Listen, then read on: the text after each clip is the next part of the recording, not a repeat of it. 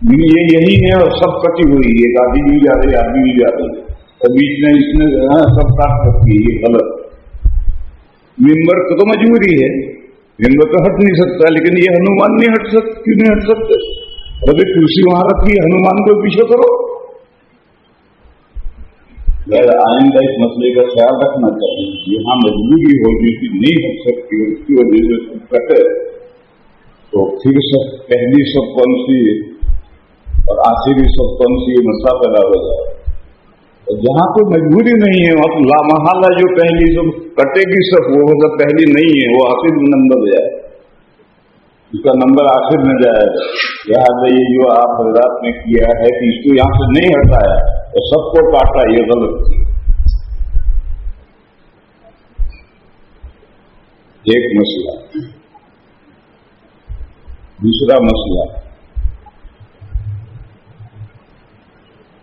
بریلوی جو حضرات ہیں ان کی مسجدوں میں یہ طریقہ ہے کہ امام اور مقتدی سب بیٹھے رہیں گے, ایک آدمی کھڑا ہو کر کے اقامہ شروع کرے گا, تکبیر شروع کرے گا, اور جب وہ کہے گا حیا علی الصلاۃ تو اب لوگ بھی کھڑے ہوں گے, امام صاحب بھی کھڑے ہو کر منبر پر آئیں گے. اور بریلویوں کے یہاں اس مسئلے پر اتنا شدت سے عمل ہے کہ اگر کوئی اس سے پہلے کھڑا ہو جائے تو اس کی پٹائی کرتے ہیں. یہ بریلویوں کے تو یہاں یہ ہے. اور ایک دوسرا طریقہ ہے دیوبندیوں کے یہاں کہ جب سب کھڑے ہو جائیں گے, سب درست ہو جائے گی, تب تکبیر کہنے والا تکبیر ہو جائے. ہمارے دیوبندیوں کی مسجد میں آج میں نے یہی دیکھا کہ جب تک سب کھڑے ہو کر درست نہیں ہو گئے تکبیر اقامہ شروع ہی نہیں ہو. وہ بھی غلط ہے, یہ بھی غلط ہے. جو طریقہ بریلویوں کا ہے وہ بھی غلط ہے, اور جو ہمارا طریقہ ہے وہ بھی غلط ہے. صحیح کیا ہے؟ دیکھو, تکبیر کو اردو میں ہم تکبیر کہتے ہیں کیونکہ شروع میں اللہ اکبر 4 مرتبہ ہے, اس لیے ہم تکبیر کہتے ہیں. عربی میں اس کو تکبیر نہیں کہتے, عربی میں تکبیر کو اقامہ کہتے ہیں. حدیثوں میں اور عربی زبان کے اندر اس کو اقامہ کہتے ہیں, اور اقامہ کے معنی کھڑا کرنا. یہ لفظ اقامہ کے معنی ہے. اب بتاؤ, جب ایک آدمی نے اقامہ شروع کیا, کھڑا کرنا پایا گیا, تو اب لوگ کیوں بیٹھے رہے ہیں کہ حیا علی الصلاۃ پر کھڑا ہونا؟ اور یہ حیا علی الصلاۃ پر کیوں کھڑا ہو؟ اقامہ تو شروع ہو گئے, کھڑا کرنا پایا گیا. اور ہم دیوبندیوں کے یہاں ابھی اقامہ نہیں شروع ہوا, کھڑا کرنا نہیں پایا گیا, لوگ کھڑے ہو گئے. کیوں کھڑے ہو گئے؟ امام صاحب اٹھ کر ممبر مسلح پر آ گئے. کس نے بلایا آپ کو جو ممبر پر مسلح پر آ گئے؟ لوگ کھڑے ہو گئے. کیوں کھڑے ہو گئے؟ تو یہ بھی غلط ہے, یہ بھی غلط ہے. جب اقامہ پایا گیا, کھڑا کرنا پایا گیا تو کھڑے ہو, اور جب تک اقامہ نہیں پایا گیا, اقامہ شروع نہیں ہوا, کیوں کھڑے ہوئے ہو؟ اس سے پہلے بیٹھو. تو یہ ایک دوسرا مسئلہ ہے جس میں بریلوی بھی غلط طریقے پر چل رہے ہیں اور ہم بھی غلط طریقے پر پڑھتے جا رہے ہیں. اب ایک سوال ہے, وہ یہ ہے کہ سب سیدھی کرنا ضروری ہے, اس لیے لوگ پہلے کھڑے ہو جاتے ہیں, اقامہ بعد میں شروع ہوتا ہے. اس کا جواب یہ ہے کہ سب سیدھی کرنے کا ٹائم اقامہ ختم ہونے کے بعد سب سیدھی کرنے کا ٹائم. امام کی ذمہ داری ہے کہ جب اقامہ ختم ہو جائے اس وقت وہ سب سیدھی کرے اور سب پر نظر ڈالے, اور صرف یوں دیکھ لینا نہیں بلکہ باقاعدہ ہدایت دے. میرے استاد تھے حضرت سید مفتی مہدی حسن صاحب رحمہ اللہ. یہاں دیوبند اور رامدیو میں بھی ایک لمبا عرصہ وہ رہے ہیں مفتی مہدی حسن صاحب, دارالعلوم کے صدر مفتی تھے. وہ دارالعلوم کی ایک مسجد ہے, چھتا مسجد کہلاتی ہے, اس میں جمعہ کی نماز ہوتی تھی معذوروں کے لیے. اصل تو جامع مسجد میں ہوتی تھی نماز, اور معذوروں کے لیے یا جو دیر سے ہوا تو اس کے لیے ہوتی تھی. تو جمعہ کا خطبہ دے کر کے وہ منبر پر ہی کھڑے رہتے. اقامہ کرنے والے نے کھڑے ہو گئے, اقامہ شروع کیا, لوگ سب کھڑے ہونے شروع ہو گئے. جو تمام لوگ کھڑے ہو جاتے تھے تب حضرت دیکھتے تھے وہ لال ٹوپی والے ذرا آگے بڑھو، دیکھو کالی ٹوپی والے ذرا مل کر کھڑے رہو. وہیں ممبر پر کھڑے کھڑے پوری مسجد کی صفیں درست کر کے پھر نیچے اتر کر کے نماز شروع کر. نبی پاک صلی اللہ تعالی علیہ وسلم کی صفیں درست کرتے تھے اقامہ کے بعد. خلفائے راشدین بھی صفیں درست کرتے تھے، اقامہ شروع ہو جاتا تھا. اور مسجد بڑی ہو گئی تھی تو حضرت عمر رضی اللہ تعالیٰ عنہ نے صفیں درست کرنے کے لیے آدمی متعین کیے تھے کہ یہ سب فلاں درست کرے، یہ سب فلاں درست کرے. اور جب تمام صفیں درست ہو کر حضرت کو اطلاع دی جاتی تھی کہ صفیں درست ہو گئی تب حضرت عمر رضی اللہ عنہ تکبیر تحریمہ کہتے. تو صفیں درست کرنے کا ٹائم اقامہ کے بعد ہے. اس لیے اگر کوئی یہ کہے کہ پہلے ہم اس لیے کھڑے ہوتے ہیں تاکہ صفیں درست ہو جائے، ارے یہ تو عذر لنگ ہے، یہ تو غلط عذر ہے. صفیں درست کرنے کا ٹائم تو اقامہ کے بعد ہے. آج بھی جو لوگ حج یا عمرے میں جاتے ہیں تو اقامہ شروع ہوتا ہے. وہ کب شروع ہوتا ہے؟ امام آ رہا ہے، ابھی مسلح پر نہیں پہنچا اور اس نے مؤذن نے اقامہ شروع کیا، ساری مسجد حرام کے اندر لوگ کھڑے ہونے شروع ہوتے. امام مسلح پر آ گیا، پھر مسلح پر آنے کے لیے جب وہ اقامہ پورا ہو جاتا ہے تب وہ کہتا ہے استو، صفیں درست کرو، اقیموا صفوفکم، اپنی صفیں درست کرو. یہ سب ہدایات اقامہ پورا ہونے کے بعد دیتا ہے. اگرچہ کوئی صفیں درست کرتے نہیں ہے، حرم مکہ کے حرم میں جتنی صفیں گڑبڑ ہوتی اتنی کہیں بھی نہیں ہوتی، مگر ایک اعلان وہ اقامہ کے بعد کرتا ہے. تو صفیں درست کرنے کا ٹائم اقامہ کے بعد ہے. ہم دیوبندیوں میں جو طریقہ چل پڑا ہے یہ غلط طریقہ ہے.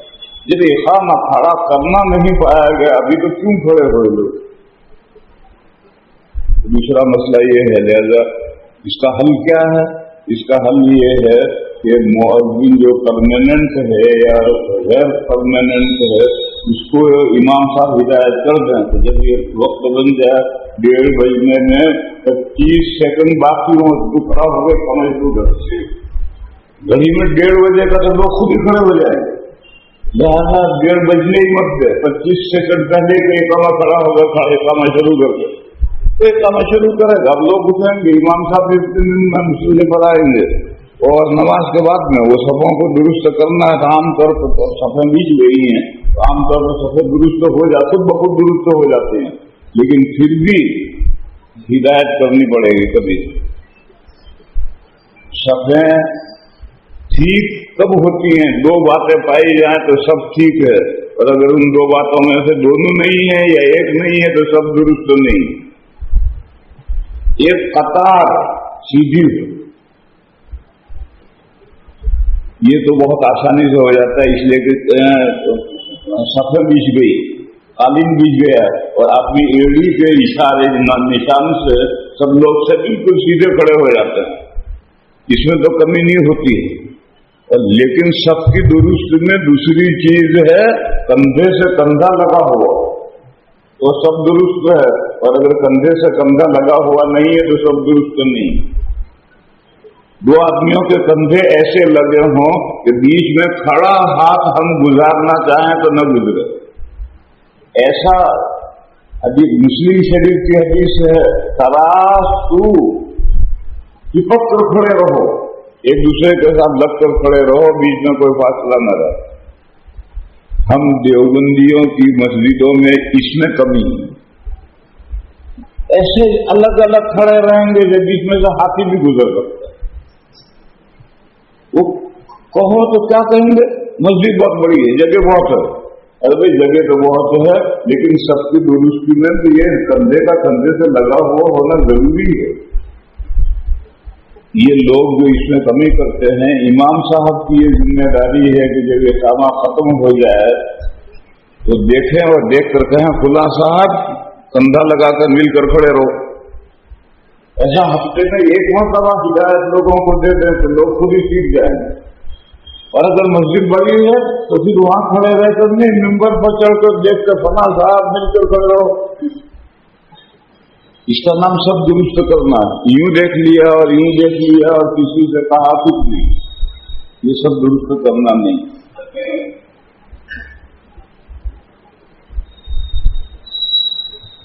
قرآن کریم نے ایک مضمون بیان کیا،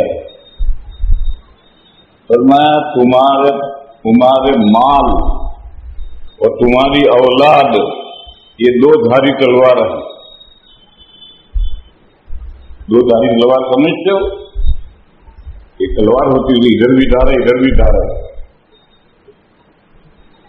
ایسی تلوار بہت احتیاط سے استعمال کرنی پڑتی. اگر آپ احتیاط کر کے کھینچ کر کے ماریں تو دشمن کا سر پھوٹے گا، اور اگر آپ احتیاط نہ کریں بغیر آنکھ بند کر کے کھینچ تو اپنا ہی سر پہلے پھوٹے گا. دو دھاری تلوار جو ہوتی ہے اس کو اگر آپ احتیاط سے تو اپنا سر بچ جائے گا، دشمن کا سر پھوٹے گا، اور اگر آپ احتیاط نہ کریں تو پہلے اپنا ہی سر پھوڑ. تو قرآن کریم نے کہا دو چیزیں، تمہارے پاس جو مال ہے، ہر ایک کے پاس مال ہے، تھوڑا یا زیادہ، بغیر مال کے کوئی نہیں ہے. انسان کے علاوہ جو دیگر جانور ہیں، یہ سجدہ کر رہا ہے، بھائی کیا مانگو اس چیز سے کہو تو سجدے میں پڑا ہوا.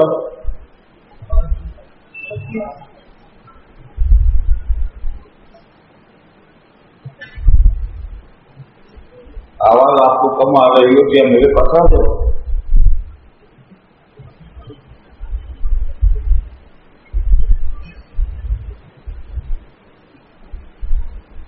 تو قرآن کریم نے کہا تمہارے پاس جو مال ہے تھوڑا یا زیادہ، ہر ایک کے پاس. پہلے مال مردوں کے پاس ہوتا تھا، عورتوں کے پاس مال نہیں ہوتا. اب وہ بٹوا عورتوں کے پاس ہی ہوتا ہے، مرد کے پاس نہیں ہوتا. دکان پر جائیں گے تو بٹوا عورت کے پاس ہے، مرد خریدے گا، عورت کیسے نکال کر دے. زمانہ بدل گیا ہے، انقلاب ہے. پہلے پیسہ مرد کے پاس ہوتا تھا، عورت کے پاس کوئی پیسہ نہیں ہوتا تھا. میں نے اپنے بچپن تک دیکھا تھا کہ کسی عورت کے پاس کچھ نہیں ہوتا تھا، کسی عورت کو زکات واجب بھی نہیں ہوتی.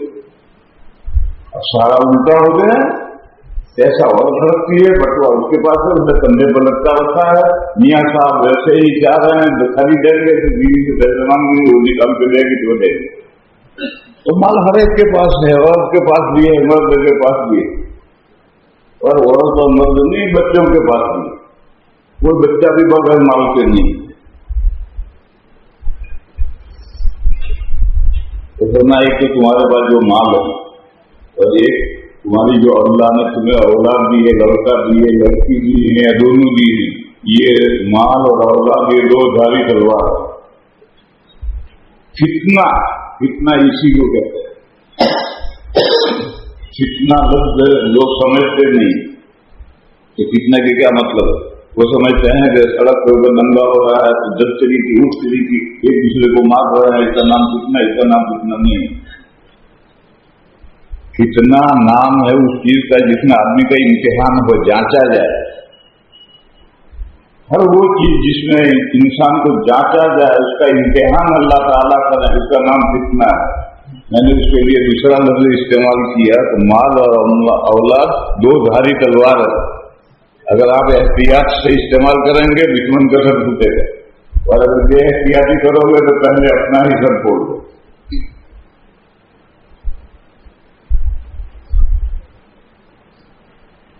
احتیاط کیا ہے اور بے احتیاطی کیا ہے، اس کے لیے ایک حدیث سنو. نبی پاک صلی اللہ علیہ وسلم نے ارشاد فرمایا لا تزول قدم عبد یوم القیامت حتی یسأل عن خمس. قیامت کے دن جب بندے کو اللہ کے سامنے کھڑا کیا جائے گا تو جب تک 5 باتوں کے جواب نہ دے دے اس کے پیر وہاں سے ہٹ نہیں سکتے. یہ 5 باتیں کلیئر کرو. ان 5 باتوں میں سے 3 باتیں مال کے بارے میں. مال کے بارے میں پوچھا جائے گا من این اکتسبہ،